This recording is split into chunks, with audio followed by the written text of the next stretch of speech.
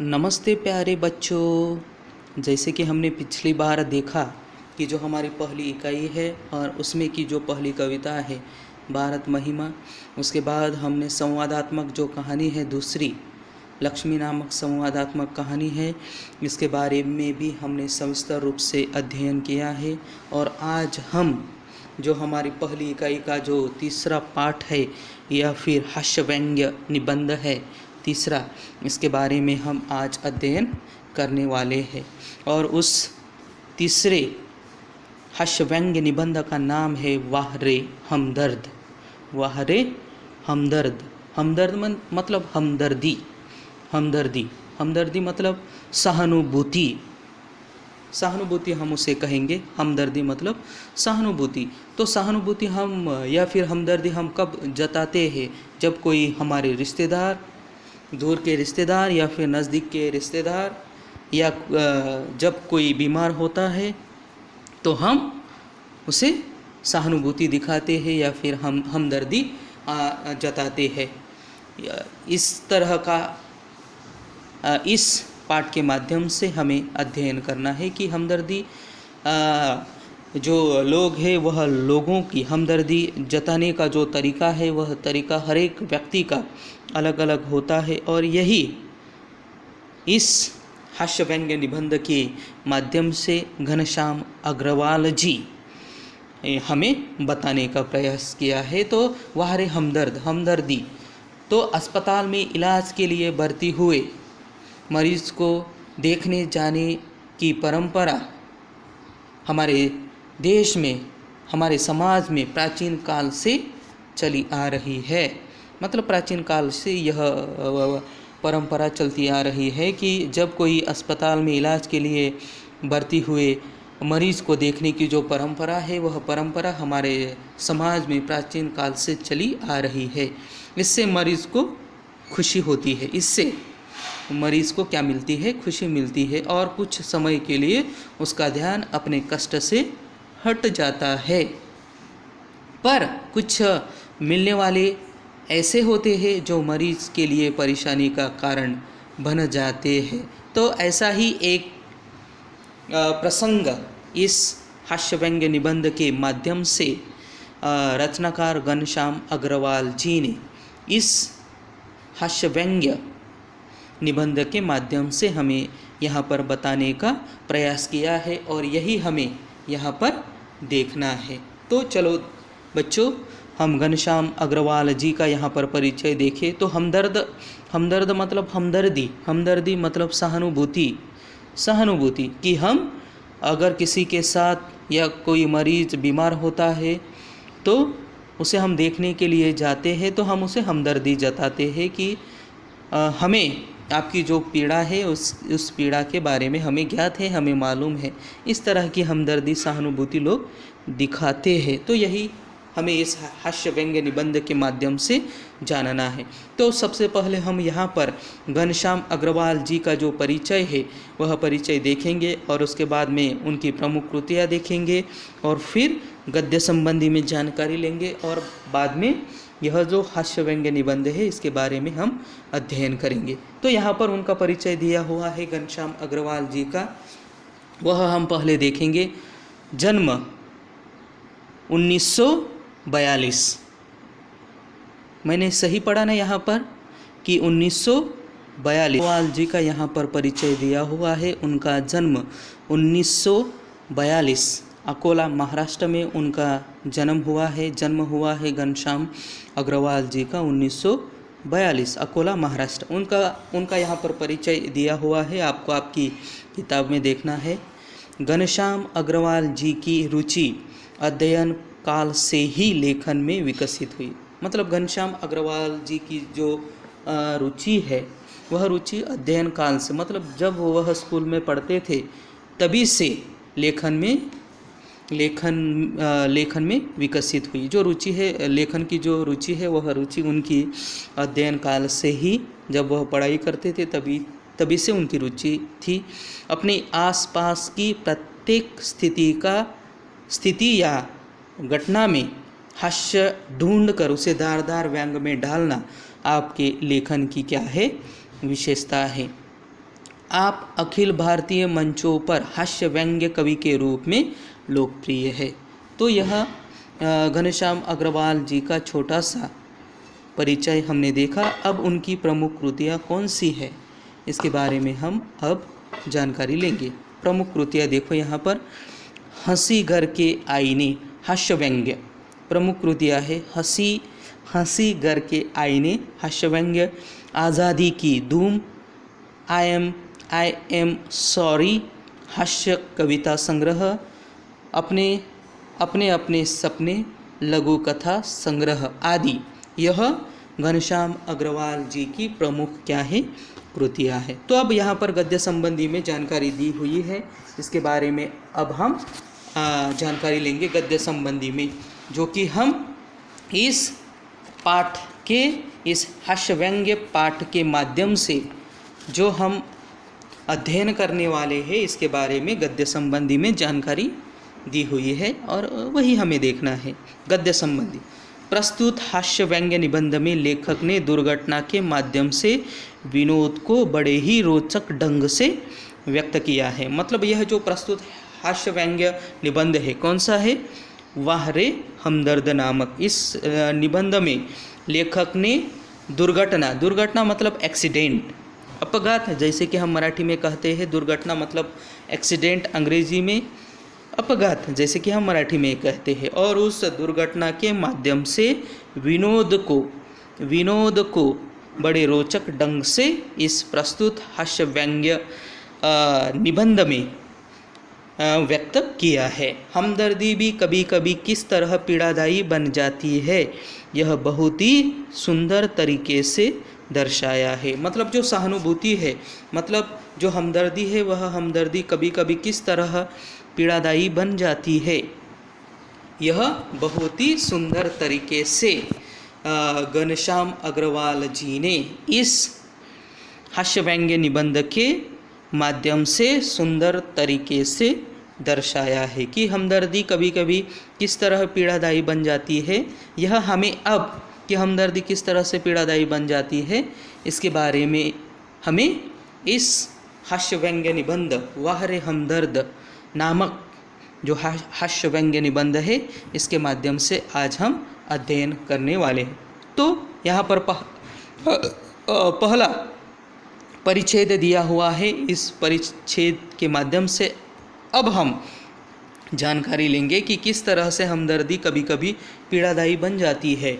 यही हमें इस पाठ के माध्यम से, इस हास्य व्यंग्य निबंध के माध्यम से जानना है। तो पहला परिच्छेद देखिए, देखो यहाँ पर उस दिन, मतलब अब जो दुर्घटना हुई है, जो एक्सीडेंट हुआ है, जो अपघात हुआ है, कब हुआ है, कैसे हुआ है, यही पहले हमें देखना है। और देखने के बाद जो हमदर्दी जताने आने वाले जो लोग हैं वह लोग कभी कभी किस तरह से पीड़ादायी बन जाते हैं, यही हमें देखना है कि उस दिन, जिस दिन दुर्घटना हुई थी उस दिन जब मैं पूंजीवादी और समाजवादी अर्थव्यवस्था पर भाषण सुनकर आ रहा था तो सामने से एक कार आ रही थी। उस दिन, जिस दिन रचनाकार घनश्याम अग्रवाल जी ने पूंजीवादी और समाजवादी अर्थव्यवस्था पर जो स्पीच है, मतलब जो भाषण है, वह भाषण सुनकर आ रहे थे और उसी समय सामने से एक कार आ रही थी। पूंजीवादी मतलब जैसे कि हम अंग्रेजी में उसे कहते हैं कैपिटलिस्ट। पूंजीवादी का मतलब क्या होता है अंग्रेजी में, कैपिटलिस्ट, और मराठी में कहेंगे हम उसे भांडवलदार। पूंजीवादी भांडवलदार। और समाजवादी मतलब समाजवादी ही हम कहेंगे, या फिर अंग्रेजी में उसे कहेंगे सोशलिस्ट। मतलब उस दिन मैंने पूंजीवादी और समाजवादी अर्थव्यवस्था पर भाषण सुनकर आ रहा था और सामने से एक कार आ रही थी। भाषण के प्रभाव से मेरी साइकिल को अधिक जोश आया या कार को गुस्सा अधिक आया, यह मैं निश्चित रूप से नहीं कह सकता। तो यहाँ पर अब वह उस दिन पूंजीवादी और समाजवादी अर्थव्यवस्था पर भाषण होगा और वह भाषण सुनकर आ रहे थे और सामने से एक कार आ रही थी। तो भाषण के प्रभाव से, कौन से भाषण से? पूंजीवादी और समाजवादी अर्थव्यवस्था पर जो भाषण था वह सुनकर आ रहे थे और सामने से एक कार आ रही थी। तो भाषण के प्रभाव से मेरे साइकिल को अधिक जोश आया या कार को अधिक गुस्सा आया, इसके बारे में मैं कुछ नहीं कह सकता कि भाषण के प्रभाव से मेरी साइकिल को अधिक जोश आया या फिर कार को अधिक गुस्सा आया, यह मैं निश्चित रूप से नहीं कह सकता। तो इसके बारे में मैं निश्चित रूप से नहीं कह सकता। किंतु मेरी साइकिल और वह कार जब करीब आए तो विरोधियों की तरह एक दूसरे को घृणा की नज़र से देखते हुए आपस में भिड़ गए मतलब आमने जैसे कि हम मराठी में कहेंगे की समोरासमोर ठोकले गेले, म्हणजे प्रत्यक्षात ॲक्सिडेंट झाला, अपघात झाला, दुर्घटना झाली। किंतु यहाँ पर अब कहना चाहते हैं कि किंतु मेरी साइकिल और वह कार जब करीब आए तो विरोधियों की तरह एक दूसरे को घृणा की नज़र से देखते हुए आपस से भिड़ गए मतलब एक दूसरे से टकरा गए। मेरी साइकिल और सामने से आने वाली कार एक दूसरे से आपस में टकरा गए। घृणा मतलब तिरस्कार हम ऐसा उसे कहेंगे। तो अब साइकिल और कार जब करीब आए तो विरोधियों की तरह एक दूसरे को तिरस्कार की नज़रों से देखे और देखते हुए आपस में दोनों मेरी साइकिल और सामने से आने वाली कार आपस में भिड़ गए मतलब एक दूसरे से टकरा गए। मैंने खामोखा पूंजीवादी और समाजवाद के झगड़े में टांग अड़ाई। और उसके बाद कवि को रचनाकार को लगने लगा कि मैंने खामोखा पूंजीवादी और समाजवादी के झगड़े में टांग अड़ाई, ऐसा उसे लगने लगा और फलस्वरूप मेरी टांग टूट गई। क्योंकि उस स्पीच के प्रभाव से ही उनके मन में वही विचार चल रहे थे और वह एक दूसरे से भिड़ गए, एक दूसरे से टकराव हो गया। और उसका रिज़ल्ट क्या हुआ? फलस्वरूप उसका रिज़ल्ट क्या हुआ? उसका परिणाम क्या हुआ कि मेरी टांग टूट गई। जब साइकिल और सामने से कार एक दूसरे से इन दोनों का टकराव हुआ तो उसका रिज़ल्ट मेरी जो टांग है वह टांग टूट गई। अब दुर्घटना के बाद आज भी इंसानियत कायम है। मतलब दुर्घटना हुई दोनों की, साइकिल और सामने से आने वाली कार से कार का एक्सीडेंट हुआ और एक्सीडेंट होने के बाद मेरी जो टांग है, एक टांग है, वह टांग क्या हो गई? टूट गई। और दुर्घटना के बाद, दुर्घटना मतलब एक्सीडेंट, अपघात आपण ज्याला म्हणतो, दुर्घटना के बाद आज भी इंसानियत कायम है। इंसानियत जैसे कि हम मराठी में कहेंगे माणुसकी, इंसानियत मतलब माणुसकी मराठी में। तो दुर्घटना के बाद आज भी इंसानियत कायम है, यह सिद्ध करने के लिए कुछ लोग मेरी तरफ दौड़े कि जो दुर्घटना के बाद जिन लोगों ने दुर्घटना देखी, दुर्घटना होते हुए देखा, तो वह मेरी तरफ भागते हुए आए। मतलब आज भी जो इंसानियत है वह इंसानियत कायम है, यह सिद्ध करने के लिए कुछ लोग मेरी ओर भागे। क्यों भागे? क्योंकि रचनाकार घनश्याम अग्रवाल जी और सामने से आने वाली जो कार है, गाड़ी है, इन दोनों के बीच टकराव हुआ था और उसका फलस्वरूप मेरी एक टांग टूट गई। अब उसके बाद ये दोनों आपस में भिड़ गए, टकरा गए और इसका फलस्वरूप मेरी एक टांग टूट गई। और दुर्घटना के बाद आज भी इंसानियत कायम है, यह प्रूव करने के लिए, यह सिद्ध करने के लिए कुछ लोग मेरी तरफ दौड़े, मेरी तरफ भागे जब दुर्घटना हुई तब। और उसके बाद अब वह लोग आए होंगे, उन्हें उठाया होगा वहीं से, और उठाने के बाद उन्हें मतलब घनश्याम अग्रवाल जी को अस्पताल में भर्ती किया होगा।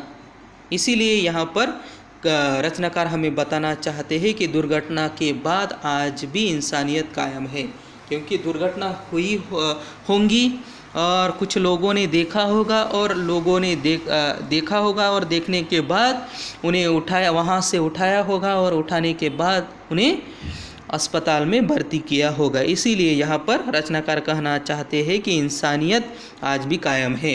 आँख खुली, अगला परिच्छेद, आँख खुली तो मैंने अपने आप को एक बिस्तर पर पाया।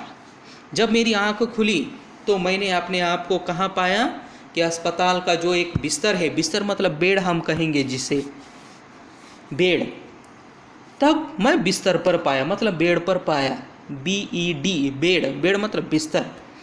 तो जब लेखक की, रचनाकार की आँख खुली तो वह अपने आप को, खुद को कहाँ पाए, एक बिस्तर पर पड़े हुए पाए। इर्द गिर्द कुछ परिचित अपरिचित चेहरे खड़े थे। जब मेरी आँख खुली तो आसपास कुछ परिचित और अपरिचित चेहरे खड़े थे। जब आँख खुली तो वह बिस्तर पर पड़े थे, और उसके बाद उसके आसपास कुछ परिचित और अपरिचित जो लोग थे, वह लोग वहाँ पर रचनाकार को खड़े हुए पाए। आँख खुलते ही उनके चेहरों पर उत्सुकता की लहर दौड़ गई कि जब आँख खुली, और आँख खुलने के बाद जो मेरे इर्द गिर्द मतलब मेरे आसपास जो कुछ परिचित और अपरिचित लोग खड़े थे, और मेरी आँख खुलते ही उनके चेहरों पर उत्सुकता की लहर दौड़ गई, उत्सुकता की लहर दौड़ गई। और मैंने कराहते हुए पूछा, मैं कहाँ हूँ। कराहते, कराहते मतलब ग्रोन, ऐसा अंग्रेजी में उसे कहते हैं, ग्रोन मतलब नापसंती व्यक्त करणारा आवाज, असा आपण मराठीत म्हणतो। कराहते हुए मतलब नापसंती व्यक्त करणारा आवाज किंवा दुःख असंही म्हणू आपण। तो मैंने कराहते हुए पूछा कि मैं कहाँ हूँ, क्योंकि उन्हें मालूम नहीं था। वे जब उनकी दुर्घटना उनके साथ हुई तो उनको मालूम नहीं था, और वे बेड पर पाए, और उनके आसपास कुछ उनके परिचित और अपरिचित लोग वहाँ पर खड़े थे, और आँख खुलते ही उनके चेहरों पर उत्सुकता की लहर दौड़ गई। और मैंने कराहते हुए उनको पूछा, जो मेरे आसपास खड़े जो परिचित अपरिचित लोग थे, उनको मैंने पूछा कि मैं कहाँ हूँ, मैं कहाँ हूँ। तो उसके बाद जो उनके आसपास खड़े जो लोग थे, उन लोगों ने उन्हें कहा कि आप सार्वजनिक अस्पताल के प्राइवेट वार्ड में हैं। तो उन लोगों ने उन्हें क्या कहा कि आप सार्वजनिक जो अस्पताल है, उस अस्पताल के एक प्राइवेट वार्ड में हो। सार्वजनिक, सार्वजनिक मतलब सर्वजन, अर्थात सबके लिए, सबके लिए। सार्वजनिक मतलब क्या, सर्वजन या फिर सबके लिए। सार्वजनिक कि आप सार्वजनिक जो अस्पताल है और उस अस्पताल के प्राइवेट वार्ड में है। आपका एक्सीडेंट हो गया था। अब वह जो परिचित, उनके आसपास जो खड़े उनके परिचित और अपरिचित जो लोग हैं, वह लोग अब घनश्याम अग्रवाल जी को यह सारी बातें बता रहे हैं कि आपका एक्सीडेंट हो गया था और सिर्फ पैर का फ्रैक्चर हुआ है, कि आपकी दुर्घटना हुई थी और उस दुर्घटना के वजह से आपका एक पैर क्या हो गया है, फ्रैक्चर हुआ है। फ्रैक्चर हो गया है, फ्रैक्चर हो गया है मतलब मराठी में जैसे हम कहेंगे हाड मोडणे, हाड मोडणे असा त्याचा अर्थ होतो। पायाचा एक हाड तुमचा मोडला गेला आहे त्या ॲक्सिडेंटमुळे, त्या अपघातामुळे।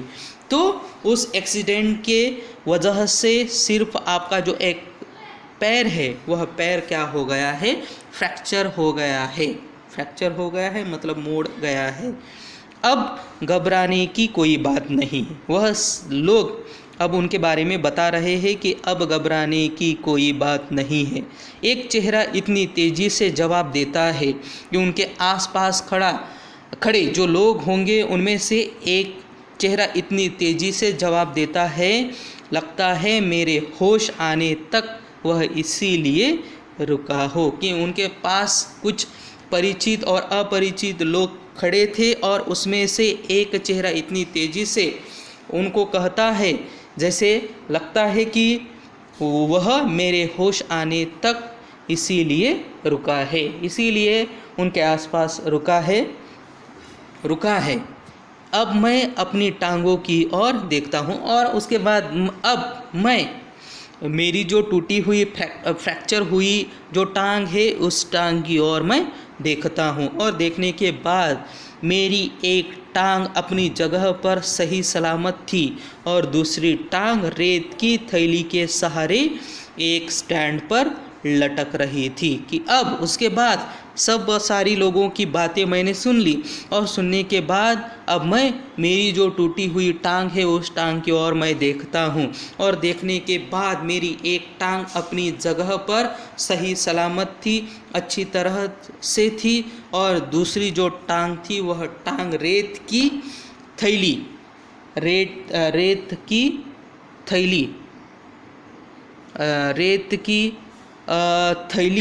के सहारे एक स्टैंड पर क्या हो रही थी, लटक रही थी। एक थैली पर लटक रही थी स्टैंड के सहारे। मेरे दिमाग में एक नए मुहावरे का जन्म हुआ और यह सारा दृश्य मैंने देखा और यह सारा दृश्य देखने के बाद मेरे मन में मेरे दिमाग में एक नए मुहावरे का जन्म हुआ। एक नए मुहावरे का जन्म हुआ, टांग टूटना। टांग टूटना यानी सार्वजनिक अस्पताल में कुछ दिन रहना। तो मेरे दिमाग में उसी समय जब मेरी टांगों की ओर मैंने देखा और देखने के बाद उसी समय मेरे मन में मेरे दिमाग में एक मुहावरे का जन्म हुआ। कि कौन सा मुहावरे का जन्म हुआ? टांग टूटना यानी सार्वजनिक अस्पताल में कुछ दिन रहना। सार्वजनिक अस्पताल का ख्याल आते ही मैं कांप उठा। कि सार्वजनिक अस्पताल का ख्याल आते ही मैं कांप उठा। कांप उठना एक मुहावरा है। कांप उठना मतलब भयभीत होना। कांप उठना मतलब भयभीत होना, ऐसा उसका मतलब होता है। तो सार्वजनिक अस्पताल का ख्याल आते ही मैं कांप उठा मतलब मैं भयभीत हो गया। अस्पताल वैसे ही एक खतरनाक शब्द होता है, सभी को नापसंद है अस्पताल, तो वैसे ही वह खतरनाक शब्द होता है। फिर यदि उसके साथ सार्वजनिक शब्द चिपका हो तो समझो आत्मा से परमात्मा के मिलन होने का समय आ गया। कि अस्पताल वैसे ही बहुत ही खतरनाक शब्द होता है। कि अब जब हम बीमार होते हैं और बीमार होने के बाद जब हमें कहा जाता है कि अब आपको अस्पताल में जाना होगा और यह शब्द सुनते ही हम बहुत ही घबरा जाते हैं, भयभीत हो जाते हैं। इसीलिए यहाँ पर जो रचनाकार है घनश्याम अग्रवाल जी, वह भी हमें यही बात यहाँ पर बताने का प्रयास कर रहे हैं कि अस्पताल वैसे ही एक खतरनाक शब्द होता है। फिर यदि उसके साथ सार्वजनिक शब्द चिपका हो तो समझो आत्मा से परमात्मा के मिलन होने का समय आ गया है, ऐसा लगने लगता है। अब मुझे यूँ लगा कि मेरी टांग टूटना मात्र एक घटना है और सार्वजनिक अस्पताल में भर्ती होना दुर्घटना है। अब इसके बाद कि जो रचनाकार है घनश्याम अग्रवाल जी को क्या लगने लगा कि मेरी टांग टूटना मात्र एक घटना है, एक इवेंट है और सार्वजनिक अस्पताल में भर्ती होना क्या है, दुर्घटना है। टांग टूटना एक इवेंट है, एक प्रसंग है, एक घटना है और सार्वजनिक अस्पताल में भर्ती होना दुर्घटना है। ऐसा अब रचनाकार घनश्याम अग्रवाल जी को लगने लगा। टांग से ज़्यादा फिक्र मुझे उन लोगों की हुई जो हमदर्दी जताने मुझसे मिलने आएंगे। अब जो उनकी टूटी हुई टांग है उस टांग से ज़्यादा फिक्र अब रचनाकार को उन लोगों की होने लगी कि जो हमदर्दी मतलब सहानुभूति जताने के लिए मुझसे मिलने के लिए आने वाले जो लोग हैं उनके बारे में अब रचनाकार को ज़्यादा फिक्र होने लगी। टूटी हुई टांग से ज़्यादा फिक्र किनकी लेखक को होने लगी, जो हमदर्दी जताने के बहाने मुझसे मिलने के लिए आने वाले जो लोग हैं उन लोगों की मुझे ज़्यादा फिक्र होने लगी। ये मिलने जुलने वाले कई बार इतना अधिक आते हैं और कभी कभी इतना परेशान करते हैं कि मरीज का आराम हराम हो जाता है, जिसकी मरीज को खास ज़रूरत होती है। कि जो मिलने जुलने वाले जो लोग होते हैं वह लोग कई बार इतने अधिक आते हैं और कभी कभी इतना परेशान करते हैं कि मरीज का जो आराम है वह आराम क्या हो जाता है, हराम हो जाता है, जिसकी मरीज को खास ज़रूरत होती है। मतलब जो मरीज़ होता है अस्पताल में भर्ती हुआ जो मरीज़ होता है उस मरीज़ को आराम की सख्त ज़रूरत होती है, लेकिन जो मिलने के लिए आने वाले या फिर हमदर्दी जताने वाले जो लोग हैं वह लोग मरीज़ को इतना परेशान करते हैं कि जो मरीज़ का जो आराम है वह आराम हराम हो जाता है, जिसकी मरीज़ को खास ज़रूरत होती है। जनरल वार्ड का तो एक नियम होता है कि आप मरीज़ को एक निश्चित समय पर आकर ही तकलीफ़ दे सकते हैं, किंतु प्राइवेट वार्ड का यह तो खुला निमंत्रण है कि हे मेरे परिचितों, रिश्तेदारों, मित्रों, आओ, जब जी चाहे आओ, चाहे जितनी देर रुको, समय का कोई बंधन नहीं।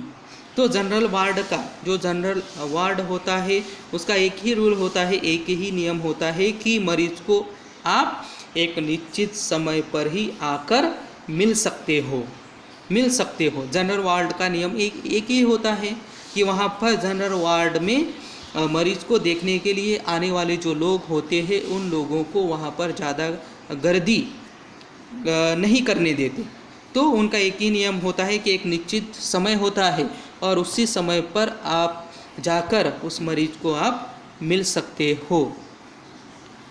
किंतु जो प्राइवेट वार्ड होता है यह तो एक खुला निमंत्रण होता है। किनको? जो परिचित लोग होते हैं, रिश्तेदार होते हैं, मित्र होते हैं, उनको प्राइवेट वार्ड एक खुला निमंत्रण होता है कि आओ, जब जी चाहे आओ, चाहे जितनी देर रुको, समय का कोई बंधन नहीं होता। कहाँ पर? प्राइवेट वार्ड का। और जनरल वार्ड का एक निश्चित समय होता है और उसी निश्चित समय पर आकर आपका जो मरीज है उस मरीज को आप मिल सकते हो। लेकिन जो प्राइवेट वार्ड होता है उसका खुला निमंत्रण होता है। जो परिचित होते हैं, रिश्तेदार होते हैं, मित्र होते हैं, वह कब जी चाहे आ सकते हैं, चाहे जितनी देर हो वह रुक सकते हैं, समय का कोई बंधन नहीं होता है। प्राइवेट वार्ड का कोई समय का कोई बंधन नहीं होता है और जनरल वार्ड का एक निश्चित समय होता है और उसी निश्चित समय पर आकर आप मरीज को मिल सकते हो। अपने सारे बदले लेने का यही सही वक्त है। मतलब यहाँ पर रचनाकार कहना चाहते हैं कि अपने सारे बदले लेने का यही सही वक्त होता है, सही समय होता है। बदले का बदले और हमदर्दी की हमदर्दी, बदले का बदला और हमदर्दी की हमदर्दी। मिलने वालों का ख्याल आते ही मुझे लगा मेरी दूसरी टांग भी टूट गई, क्योंकि वास्तव में अब उनके साथ दुर्घटना हुई और दुर्घटना होने के बाद उनका एक पैर टूट गया है और उसके बाद वह अब उनके जो रिश्तेदार है, परिचित है, मित्र है, इनके बारे में अब वह सोचने लगे हैं, रचनाकार घनश्याम अग्रवाल जी, क्योंकि वह वास्तव में अब अस्पताल में भर्ती है, क्योंकि दुर्घटना हुई है और दुर्घटना होने के बाद उनका एक पैर टूट गया है और वह अब उन्हें लगने लगा है कि उनके रिश्तेदार, परिचित, मित्र उनको मिलने के लिए अस्पताल में आएंगे और इसके बारे में वह अब सोच रहे हैं कि मिलने वालों का ख्याल आते ही मुझे लगा कि मेरी दूसरी टांग टूट गई।